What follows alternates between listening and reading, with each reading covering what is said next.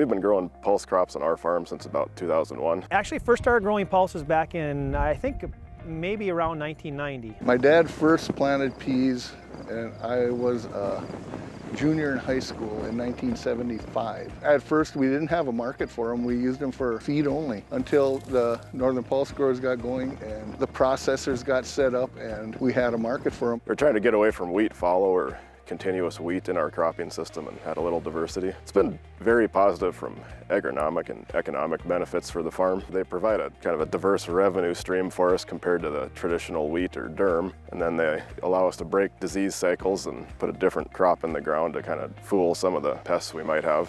Pulses are a legume crop, high in protein. They fix nitrogen in your soil naturally, so your benefit is not only a high value crop with a low dollar input, but you also have the benefit of nitrogen fixing for your subsequent crop next year. If there are growers out there that aren't a member of MPGA, I would certainly think about giving it a shot and taking a look at them and becoming involved in that group, because they do so much for our industry, and until you take a look at what they're able to do, it's not fair to judge them without just seeing what's available. And Montana's the interesting thing. When I first started with this, Montana didn't have a lot of production. They have more acres than North Dakota now, so Northern Pulse growers have promoted that and got that going. So it's been a really beneficial organization to be involved in. Between research and promotion, has just done an excellent job keeping up with where we need to be, and I'm going to say feeding the world.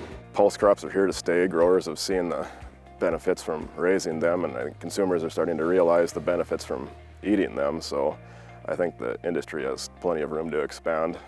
They are a plant-based protein with fiber, and you also get tons of nutrients from them. They're gluten-free. They're great for vegetarians and vegans. They're a great option to add, and they're simple. And they really enrich the flavor of a lot of things that you make them with, and they're very affordable. In the very beginning, we knew there was a lot of nutritional value in peas, not only for humans, but also for livestock. As the markets started to develop and production started to increase, so other groups out there that could use pulses for whatever reasons, they started to have, see that they have a steady supply. So all of a sudden we had markets that started to develop, and I believe it must have been maybe early 2000s, started after a lot of research and things like that, we decided to take a chance on building a processing plant in my local town, Jamestown, and that's kind of how it started. And we started out small, a small piece of property along a railroad spur, and have grown since that time. So we take it from a farmer's truck, and it might come from his bin, from his field, wherever it's coming from, but it's dumped at the processing plant. It goes into some storage bins,